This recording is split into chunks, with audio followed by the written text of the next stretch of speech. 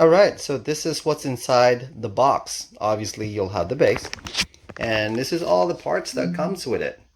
There's a lot. So you'll have the torso there. Beautiful. Love it. Paint application is superb. You got the two legs.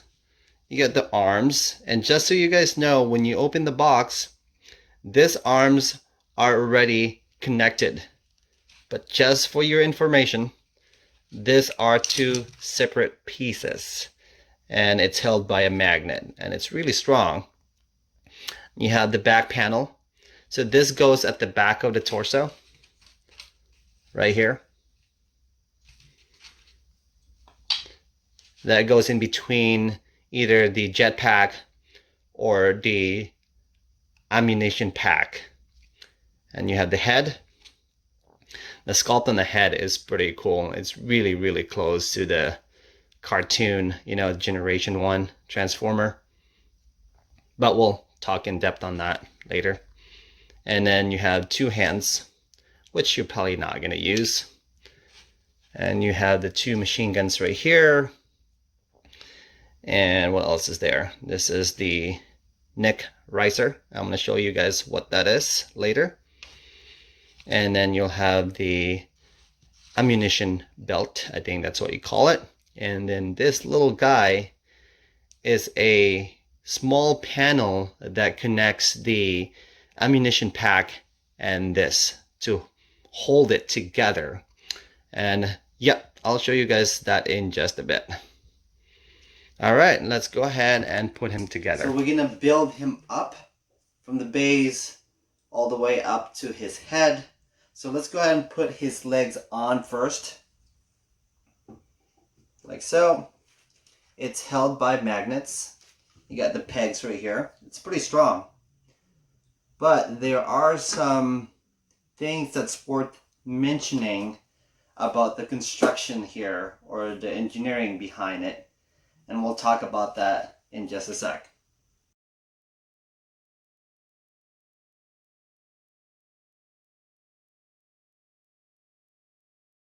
Arms, the pegs, the slots, are actually shaped like a star. So you can manipulate it in any way you want. Here you can have the arm facing up. I really like the engineering behind that. It's also held by magnet, or you can have his arm kind of like just, ready to fire that machine gun.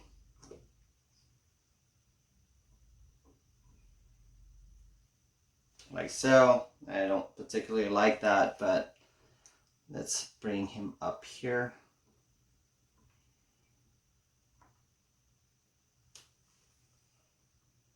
Okay. Now that head riser that I'm talking about. So earlier I mentioned that there are some flaws on the engineering of this construction. So the torso, this is a top-heavy statue. So this torso piece is really heavy. You might want to be careful with that because if you're going to pull something, for instance, this neck riser right here, you want to hold on to the torso because the magnet is not that strong. As you can see here, if I pull it back or tilt it back, it just comes off easily. But once it just sits onto the legs, if you have like movements right here, it's not going to come off. The magnet will hold it. But you don't want anybody like throwing something and it's going to get knocked out quickly. So that small little piece that I was talking about earlier, the neck riser, if you guys can see that, it's a switch out. So it's either you want him, so this is the regular neck, that him just facing straight forward. And if you want him to look up, you can switch out the neck part. And that magnet is real strong. And then now you'll have him facing up. Now there's a couple ways here that you can display him with. You have the ammunition pack that comes with the ammunition belt, or you can do the jet pack. I'm going to go ahead and turn him around. So let's go ahead and switch that neck riser to the regular one. Because that small little panel that connects the pack and the plate, it won't fit because his head is slightly tilted backward. Let's put this back in like so. And here's that small piece that secures the pack and the plate. And then I'm going to have them face you guys again so we can put the machine guns on his hand. So this big guy is going to go onto the left arm like so, and then obviously the small one goes onto the right arm. And then, so how this thing connect, it goes from the bottom, and you have to hold this arm because the magnet on his arm is not that secure either, because the magnet is pretty small. And these are like some of the flaws on the engineering of this statue. So let's go ahead and put this thing on there. You can probably just take off the arm first. And then now you can put it back.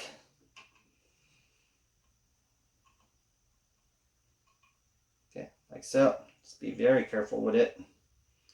And then here at the back, I'll show you guys. So this connects right here onto the right corner of the ammunition pack.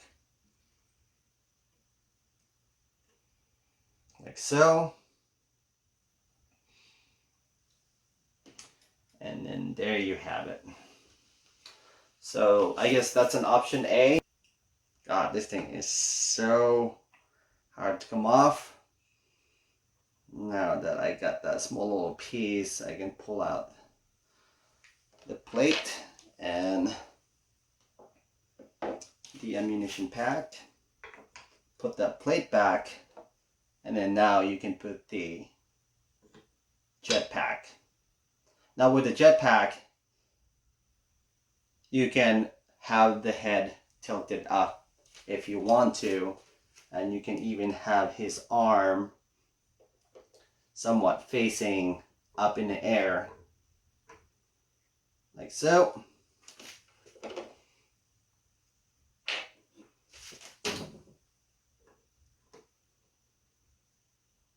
Yeah.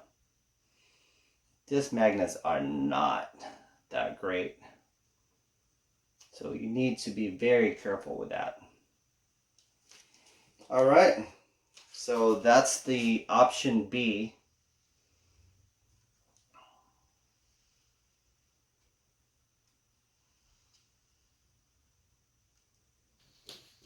All right. Now that we have him all put together, let's go ahead and get the dimensions.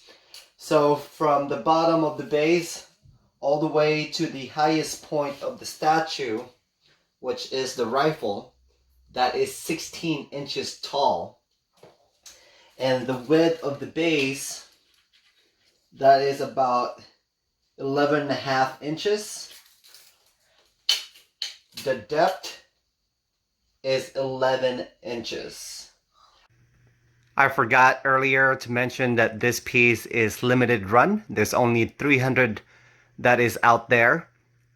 And mine happens to be 28 out of 300. Let's talk about the base and work our way up. So the base is a Cybertronian diorama And as you can see, this is the remnants of the war between the Autobots and the Decepticons. Ironhide is standing on top of this big cannon, and as you can see, there are some bullet casing. They are huge. They're pretty nice color too. There's a lot of weathering going on there. I mean, they could have done better with the paint application, but that's okay because I don't want the base to be the focal point of this piece. Now, the statue itself and the paint application is superb. I think the sculpt also, they nailed it. It's so awesome. It's really close to the G1 Transformer with a little jazz to it. Did you see what I did there? Anyways, I wish they could have done a little bit more of the weathering and some airbrushing or dry brushing, if you will. But overall, I'm very happy with this piece, despite of the fact that the magnets are pretty small, so it's barely holding it together. As long as you put it in the right spot, you know, where it doesn't move a lot, I believe this piece is going to be fine. And it's a compromise that you have to do for yourself. It's not cheap. I mean, honestly, it's an okay price for an entry-level statue. I mean, if you're buying a statue, we're looking at like $700 to $1,000 to a couple $1,000. So for this guy, I only paid $299 because it was on sale at Big Bad Toy Store. Original price was $400. And for that price, I'm happy with it. If you can find it on that price point, I think this guy is worth the pickup. Here, I'm going to give you guys some close-up shots so you can see the details. I really love the details on this piece. And once again, the paint application is just really, really awesome. As you can see right there, there's like some weathering. I think it's really easy to just like add, I want it grimy looking. I like, you know, this area right here where the mechanics are mostly moving, right? So you want like some greasy oil, something going on there. So I think the easy fix for that would be just getting a black shoe polisher and use that. I've been using that a lot with some of my statues. So these tires are not rubber. It looks like it's real rubber. Here's the rifle or the machine gun. Here's the close-up shot of his portrait.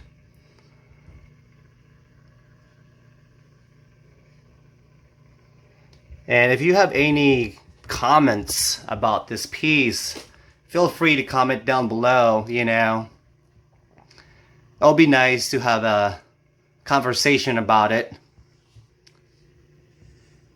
I don't have a lot of subscribers in my channel, and I don't really care. So if you are going to ask me anything, most likely I'll get back to you right away. I'm a very social person, and you know, if you're putting an effort to put a comment or asking me something, I would also put an effort to reply to you as soon as I can. I think that's it. That's all I got for you guys. This is probably the longest YouTube review that I've done because of the assembly of this piece is a little bit complicated. Anyways, like I said, if you like the content of this video, please subscribe and hit that notification bell. Until next time, this is your friend Dan. I'll catch up with you later.